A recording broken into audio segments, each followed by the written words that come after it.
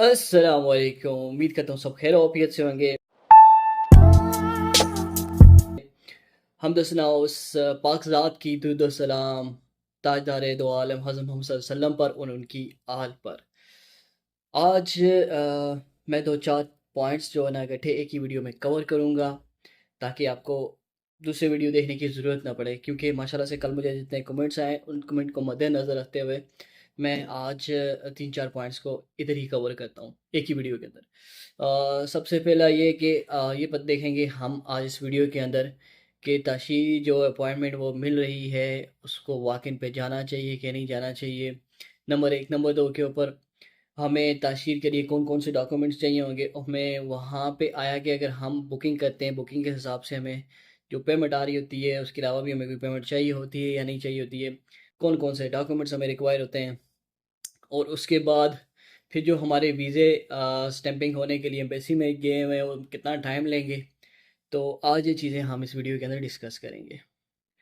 तो शुरू करते हैं बगैर किसी वक्त ज़ाया किए हुए अपने पहले पॉइंट को।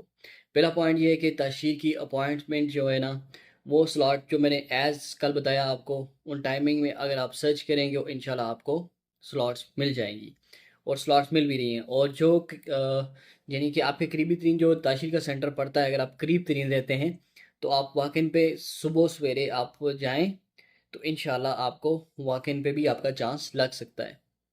अगर आप दूर दराज से हैं कहीं से तो ये रिस्क मत लें। मैं आपको यही सजेस्ट करूँगा, बार बार यही सजेस्ट कर रहा हूँ कि आप अपॉइंटमेंट ले लें, सर्च कर लें। थोड़ा सा यहाँ पे थोड़ी सी मुसीबत होगी, आपको टेंशन परेशानी होगी, बजाय इसके कि अगर आप फैमिली को वहाँ पे भेजेंगे इतने दूर से आप सफ़र भी करके जाएंगे, वहाँ से फिर आपके एक्सपेंस भी अलग से, फिर वहाँ पे भी जाके लाइनों में लग के इतनी लंबी चौड़ी लाइनों के अंदर फिर आपको वहाँ से वो मैं अब तशहीर का हालात आपको बताना जा रहा हूँ कि तशहीर में ये है कि वो वाला सीन है कि ज़लालत है, एक किस्म की धक्का मुक्की चल रही है। वो बस कहते हैं निकल जाएँ, जिसके पास अपॉइंटमेंट है वो भी बेचारा लाइनों के अंदर लगा हुआ है। जब आप एक अपॉइंटमेंट आपको मिलती है तशहीर के ऊपर, जब आप बुक करते हैं उसके ऊपर टाइम मेंशन होता है कि एंट्री टाइमिंग ये है, तो तब तक आपने इस लाइन के अंदर ही लगे रहना है। अगर आप पहले चले जाते हैं तो मैंने कल बोला था फर्स्ट कम फर्स्ट सर्व, तो पहले आओ पहले पाओ वाली बात है। अगर आप टाइमली चले जाते हैं, जैसे कि आज कुछ फैमिली जो है ना बगैर अपॉइंटमेंट के माशाल्लाह से उनका चांस लग गया, उनकी लक के ऊपर डिपेंड करता है, तो वो अंदर चले गए। बाकी जैसे ही फ्लो होना शुरू हो गया, रश बढ़ना शुरू हो गया अपॉइंटमेंट वालों का, क्योंकि वो अपने टाइम के हिसाब से है, जैसा टाइम उनके ऊपर लिखा होता अपॉइंटमेंट के ऊपर वो आना शुरू हुए, तो उन्होंने जिनके पास अपॉइंटमेंट नहीं थी उनको वहाँ से बोला कि आप यहाँ से 9 2 11 हो जाए। सॉरी फॉर दैट, मैं ये वर्ड यूज़ कर रहा हूँ तो क्योंकि ऐसे ही होता है, ऐसे ही करते हैं। तो बाकी ये कि डिपेंड करता है आपकी लव के ऊपर। नंबर 1 ये पॉइंट आपको ज़रूरी था मैं यहाँ पे मेंशन करना, क्योंकि मुझे इस हवाले से बहुत से कमेंट आए थे कि अपॉइंटमेंट के बगैर हम जा सकते हैं कि नहीं जा सकते। अगर आप करीबी तरीन जो आपका तहसील का जो सेंटर है तो आप वहाँ पे विज़िट कर लें। अगर आप दूर दराज से तो मैं आपको यही सजेस्ट करूँगा लास्ट में कि आप अपॉइंटमेंट लें और फिर विज़िट करें। नंबर 2 के ऊपर ये है कि हमें कौन-कौन से डॉक्यूमेंट्स चाहिए होंगे। डॉक्यूमेंट्स में हमें आप जब अपॉइंटमेंट बुक करते हैं तो उसके ऊपर सारा मेंशन होता है। तो उसमें ये है कि आप ए4 के पेपर होते हैं उसके ऊपर प्रिंट करके लेके जाएँ। क्योंकि ऐसा होता है जब आपके पास इवन आपने प्रिंट किए होते हैं डॉक्यूमेंट अपने सारे, आपने एक सेट बनाया होता है, सेट बना के लेके जाते हैं, तो जब वो आप जमा करते हैं तो वहाँ पे वो कहना शुरू कर देते हैं जी ये वाला डॉक्यूमेंट ये ऐसे नहीं है, इसको आप ऐसे प्रिंट कर लें, हमारे हिसाब से प्रिंट कर लें वरना रिजेक्शन हो जाएगी, ये हो जाएगा।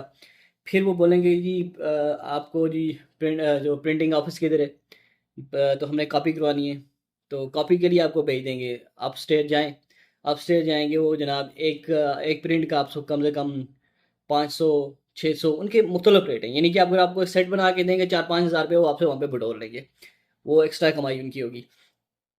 नंबर 2 के ऊपर दूसरा पॉइंट इसी के अंदर ये है कि हमें कितनी पेमेंट चाहिए होती है।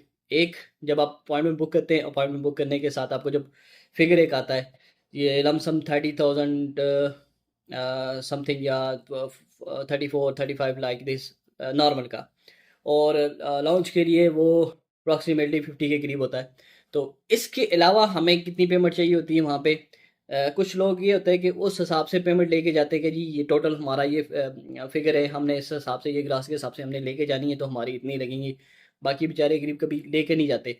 अपने पास खुदारा एक्स्ट्रा पैसे रखा करें। क्यों? क्योंकि ये जो फिगर बताया जाता है ये सिर्फ जस्ट एक ताशीर की फ़ी होती है।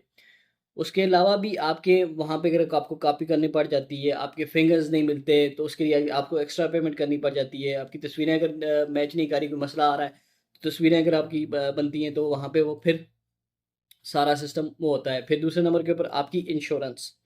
इंश्योरेंस की इसमें इंक्लूडेड नहीं है, वो एक्सक्लूडेड है। वो जो अमाउंट इंश्योरेंस की होगी वो आपको अलग से वहाँ पे करनी पड़ेगी एक्स्ट्रा में। ठीक हो गया? तो इसलिए अपने पास जो अमाउंट है उससे हट के जितनी आपको है उससे थोड़ा सा डबल रख लिया करें, क्योंकि मुश्किल वक्त में जो मैं उनको बोल रहा हूँ कि जो दूर दराज से आए होते हैं तो उनके लिए बेहतर होता है। दूसरा पॉइंट मैं मेन पॉइंट ये कहूँगा कि अगर आपका जो एप्लीकेंट जो आप जिसको भेज रहे हैं अपनी फैमिली में से तशरीह के ऑफिस में, तो जो यहाँ से जो आपका स्पॉन्सर होता है उसका नंबर एक्टिव होना चाहिए, आपका उसके साथ कांटेक्ट होना चाहिए। क्यों? क्योंकि जब आप वहाँ पे जाएँगे वहाँ पे आपको फिर वहाँ से एक ताशीर सर्विस का एक मैसेज आता है जो आपके अबशर के नंबर के ऊपर आएगा। ठीक है? अबशर के नंबर के ऊपर आएगा, वो आपको कोड देना पड़ेगा। 2 बार वो कोड आएगा, 2 बार आपको वो कोड देना पड़ेगा। तो इसलिए मैं ये कहूँगा कि अपनी फैमिली के साथ इन टच रहना जिस दिन आपकी फैमिली ताशीर के लिए स्टैंपिंग के लिए जा रही होती है। ये ना वो बेचारे वहाँ पे जाएँ, इवन कि आपकी अपॉइंटमेंट भी हो या जैसे-तैसे करके वो एंट्री कर लें और फिर आप एक्टिव ना हो। तो सम टाइम ऐसा होता है ना कि नेटवर्क नहीं होता, आप आउट ऑफ नेटवर्क होते हैं, क्योंकि हम लोग यहाँ पे काम करने के लिए आते हैं, मज़दूर बंदे हैं ज़ाहिर है। तो इस वजह से सम टाइम ऐसी जगह पे हम होते हैं जहाँ पे नेटवर्क काम नहीं कर रहा होता। तो इसलिए आप जब वो जाएँ तो आप एक्टिव रहें उनके साथ, ताकि आप उनको बर वक़्त वो कोड आप उनको प्रोवाइड कर सकें। और नेक्स्ट दूसरा पॉइंट ये क्लियर करना था वीज़ों के हवाले से। जब यहाँ से क्लियरेंस होके सब वापस यहाँ से चले जाते हैं पासपोर्ट एम्बेसी में, तो वहाँ पे क्या आज का सिचुएशन चल रही है? सिचुएशन ये एज़ मैंने कल भी मेंशन किया था कि जो जून का कोटा है वो अभी थोड़ा सा रिमेनिंग है। तो वो जैसे ही कंप्लीट होगा फिर जुलाई का कोटा शुरू हो जाएगा। अब ये है कि इस्लामाबाद एम्बेसी में ये सीन चल रहा है कि डेली के 5, 10, 15, 20 पासपोर्ट वो स्टैम्प कर रहे हैं, इससे ऊपर वो नहीं कर रहे। तो पहले ये था कराची में भी अभी रश बढ़ना शुरू हो गया, जिस वजह से वो लोग भी अभी स्लो प्रोसेसिंग उनकी भी होना शुरू हो गई हुई है। तो ये कुछ 3-4 चीज़ें थी। बाकी इंशाल्लाह किसी को एक्स्ट्रा पैसे मत दें, किसी जेंट को किसी को भी किसी के झांसे में मत आएँ, थोड़ा-सा सब्र कर लें। बाकी वो कहते हैं ना कि रिज़्क दाना पानी जो इंसान के नसीब में अल्लाह पाक ने जहाँ पे लिखा है, वो वहाँ से लेके रहेगा।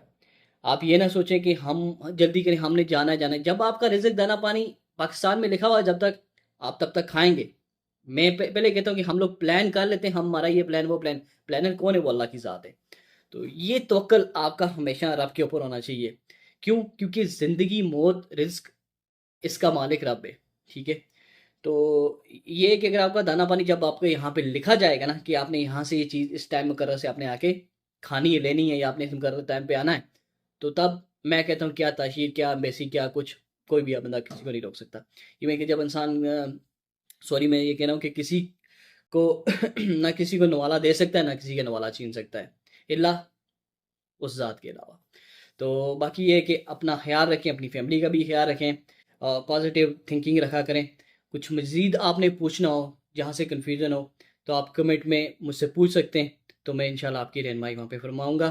तो तब तक के लिए दुआ में याद रखिएगा और अपना ख़्याल रखिएगा। मिलते हैं एक नेक्स्ट टॉपिक में, एक नई वीडियो के साथ। तब तक के लिए फ़ी अमानिल्लाह, अस्सलाम वालेकुम। मज़ीद ऐसी वीडियो के लिए चैनल को लाइक, सब्सक्राइब और शेयर लाज़मी करें। जज़ाकल्लाह खैर।